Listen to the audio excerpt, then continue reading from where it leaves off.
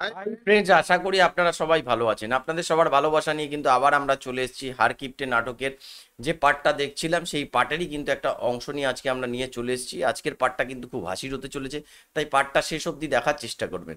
তো চলুন বন্ধুরা, একটুকু না সময় নষ্ট করে সেই হার কিপ্টে নাটকের আজকের এপিসোডটা দেখে নিই।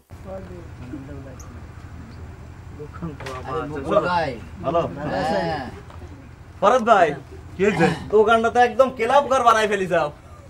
জি না, ভুল বুঝতে যাও। ক্লাব ঘরে তো ফ্রি ফ্রি খেলা, হেন সেটা হচ্ছে না। গেম প্রতি 10 টাকা, 2 গেমের অ্যাডভান্স দেওয়া লাগবে। 10 টাকা? 4 জন মানুষ 2 টাকা করে 8 টাকা হলে ভালো হতো না ভরত ভাই? খেলার খরচ 8 টাকাই, 2 টাকার বরিক পাউডার। খেলার আগে টাকা নিয়ে নেবো, বরিক পাউডার আমি সাপ্লাই দেবো। বাহ, সাথে বরিকের ব্যবসাটাও করে নিলে ভালো ভালো। তা সাথে চা ফ্রি নাকি ভরত ভাই? ওইসব ফ্রির দিন ভুলে যাও। মজনুর ঘাড় ভেঙে বহুত ফ্রি খাইছি, এনে ব্যবসা করবে রাইছি। এনে কোনো ফ্রি কিছু দিবে রাশি নেই, এমনকি রেডিওর খবরও না। আচ্ছা ঠিক আছে রে ভাই, এবার তাহলে রেডিওটা ছাড়ো, খবরটা শুনি। আগে চার অর্ডার দাও, চা না খাইয়ে সিট দল করে বসে থাকবে আর খবর শুনবে, সে সুযোগ নাই। আচ্ছা ঠিক আছে, চা দাও। আর এখন তাহলে রেডিওটা একটু চালু করো। আমার হার কালা করলাম রে, এই তোমাদের জন্য কি চা দেবো? কালার লাইগা রে। ও বুঝেছি, ওটো সিট ছাড়ো। কইছি না এনে কোনো কিছু ফ্রি নাই। দাও ওটো ওটো দেন। এই বসো বসো বসো বসো বসো। এই ভরত ভাই, তুমি সকলে চা দাও, আমি অর্ডার দিচ্ছি। দাও, তুমি চা দাও। এই তো লাইনে আইসাও। তবে শোনো, আগেই কয়ে লিখছি, কোনো কিছু কিন্তু বাকি দেবো না। তোমার বাকি দেওয়া লাগবে না, তুমি দাও, নগদ টাকা দিব না, তুমি চা দাও। তোরা বসো।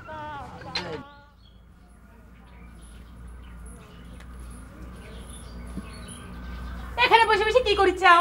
জায়গা মতো জায়গায় চলো, খাইতে দিব। এরাম লাঠি হাতে করে কি করতে চাও? চুপ কর, যাই এখান থেকে। অসুর বদ না করে আমি জলস্পর্শ করবো না। হায় রে ভগবান! ও বাবা দেখো, তোমাকে বারবার করছি মামা ঘরের সাথে লাগতে যাও না। উগারে গায়ের বলের সাথে কি তুমি পারো? পারি কি না পারি সেটা আমি দেখবো, তুই এখান থেকে যা। আর যদি অসুর বদ দেখবার চাস, খাড়ায় থাক, আমার টেকা মেরে দে। দেখি তুমি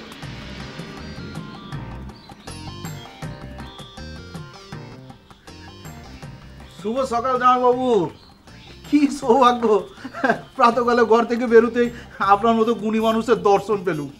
জামাইবাবু শুনেছেন তো, বন্ধুর চার দোকানটা আবার খুলেছে, চলেন যাই একটু চা খেয়ে আসি। এ মামা, এ তোমরা কে রে? হাত দেখায় বাবাকে দক্ষিণে দাও নাই? দিয়ে দাও তো দক্ষিণে খান। তোমার ঘরের উপর সেই রকম রাগি রয়েছে বাবা। তোর বাবা দক্ষিণাটা তুই দিয়ে দিয়েছে শিবানী। কি জামাইবাবু, আপনাকে ফর্দটা ধরিয়ে হিসেবটা মিলিয়ে দিলুম না? ওরকম করছো কেন?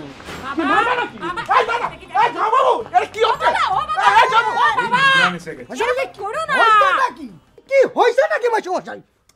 বাইরে বাড়ি কিসের জন্য?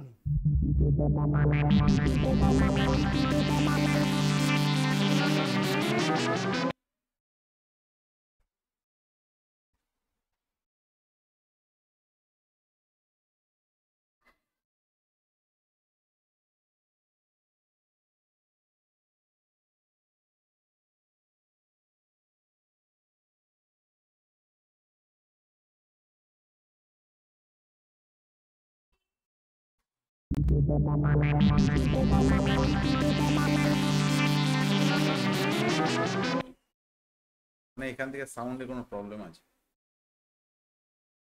দাদি মানে ওই হাত দেওয়ার দক্ষিণে যেন কত গেল? একজনের হাত দেখে তো 5.25 টাকা নেই। তোর মামার হাত তো দুজনের হাতের সমান। অসুবিধা কি? ডাবল ফিস দেবে। কেন দিয়ে দাও দি, মানে 5.25 আর 5.25 মোট 10.5টা। মাসে পরিশোধ করে দাও। দাও। কি রে, এক রামে রক্ষে নেই, সুগ্রী বেসে জুটলো। খুব হিসেব কষে দিচ্ছিস তাই না? আমার এই হাতটা মোটা বলে কি এর দুটো হাত বলে? এবারে ডাবল ফিস হিসেব কষে দিচ্ছিস। আচ্ছা বুঝলাম, হাত তোমার দুকন না একখান। কারণ আমার একটা কথা কদি, তুমি যখন বাজারে তোমার এই শরীরের জামাটা বানাতে যাও, তোকে আমার মতো একটা জামা বানালে তোমার হয় মামা? ছেলে তো ঠিকই ডবল যা দাও। এই মিলন দত্ত কোনো বেআইনি কথা কয় না, বুঝতে পারিস? মাসে টাকাটা দিয়ে দাও। তুই হঠাৎ কোত্থেকে উদা হলি বলতো মিলন? আগে মাসে মাসে টাকাটা আদায় হোক, সব বৃত্তান্ত কবার। দাও টাকাটা দাও, দি দাও না কেন ও মামা, টাকাটা দাও।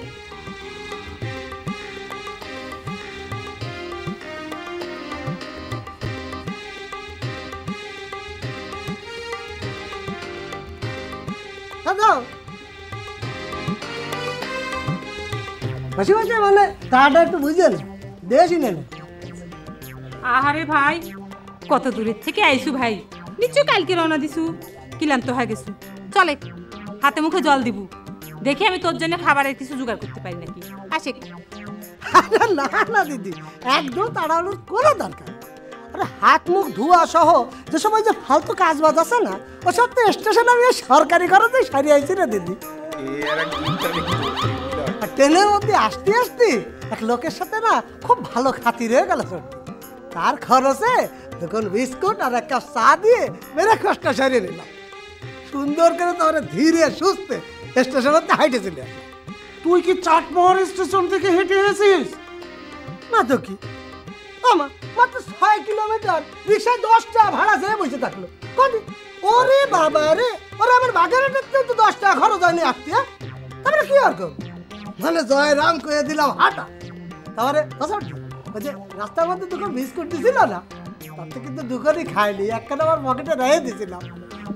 সেইটা আমার পথের মধ্যে দিলাম সাবান করে।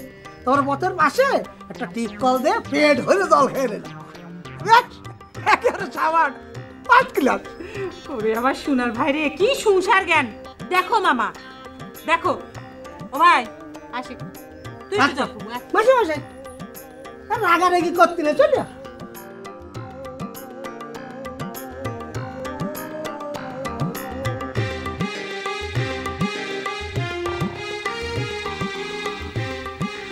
জমি কি এখনো বেচা লাগতেছে জব্বর?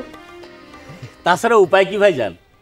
না, ভাবলেন যেভাবে গোপনে মিটিং শিটিং করতেছ তাতে বোঝা তোমার জমি বেচা লাগবে না। মিটিং? মিটিং কিসের ভাইজান, বুঝলাম না। আমার সামনে বুঝতেছ না, কিন্তু ভিতরে ভিতরে ঠিকই বুঝতেছ।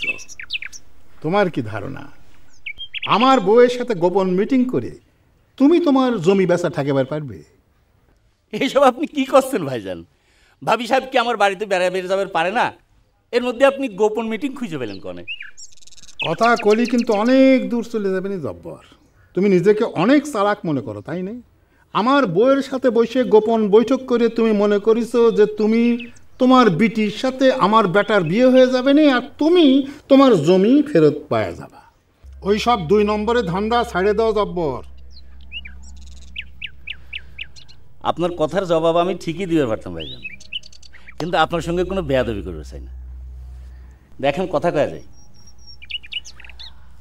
আপনি আমার জমি না কিনলেও আমার জমি বেচার খরিদ্দারের কোনো অভাব হবে না। আর আমার জমি কিনে আমাকে যে আপনি উদ্ধার করতেছেন, এটা যদি মনে করে থাকেন তাহলে ভুল করতেছেন ভাইজান।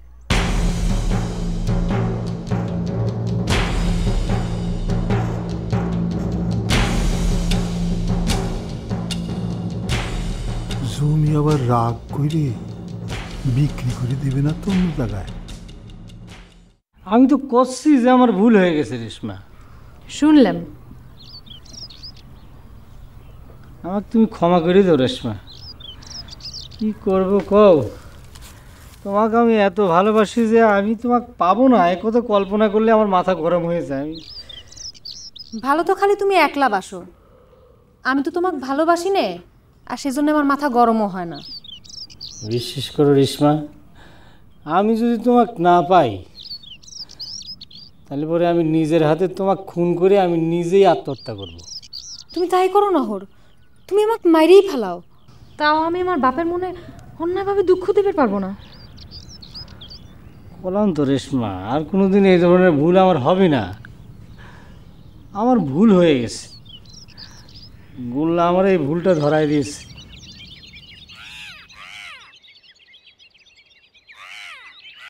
টিকে নিয়ে যায় একটু থামাও কোনো হচ্ছে না।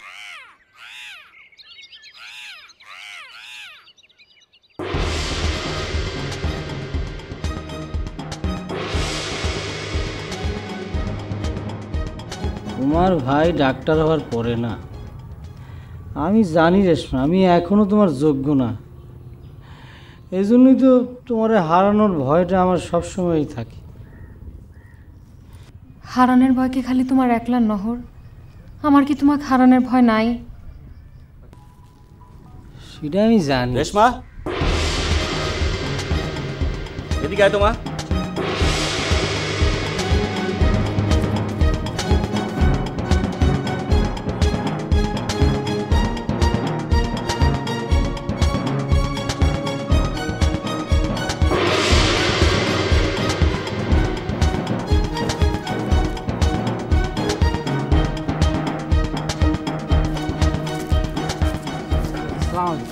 চাচা, আমার সাথে আপনার কি কথা হয়েছিল? আমার আমি জিজ্ঞেস করলাম, কিন্তু আমার আজকে পরিষ্কার করে তোমার একটা কথা কইবে চাই। আমার মেয়ের মুখের দিকে তাকায় অনেক কিছু মেনে নিয়েছিলাম, তার মানে এই না যে আমার কোনো মানিজুত নাই। তো বন্ধুরা দেখলাম, আর মাঝখানে একটু সাউন্ড চলে গেছিল, আমার মনে হয় ওই ভিডিওতে মনে হয় ভিডিওর ফল্ট আছে, এই জন্য চলে গেছিল। আশা করি ভিডিও আপনাদের ভালো লেগেছে। এই ধরনের ভিডিও দেখতে দাও। অনেকে আবার আমাদের কমেন্ট করেছেন যে সাকিন সুরসুরির যে নাটক আছে সেই নাটক দেওয়ার জন্য। অবশ্যই দেবো, অবশ্যই তো আমরা এইগুলোকে শেষ করে নিই। তো আমাদের শেষ হয়ে যাবে খুব শিগগিরই, আর তো বেশি পার্ট বাকি নেই, অর্ধেক পার্ট তো প্রায় দেখেই ফেললাম। তো আজকের মতো এখানেই শেষ করছি ভিডিওটা, আবার কালকে দেখাবে এরই একটা অন্য পার্ট নিয়ে। ততক্ষণে সবাই ভালো থাকবেন, সুস্থ থাকবেন।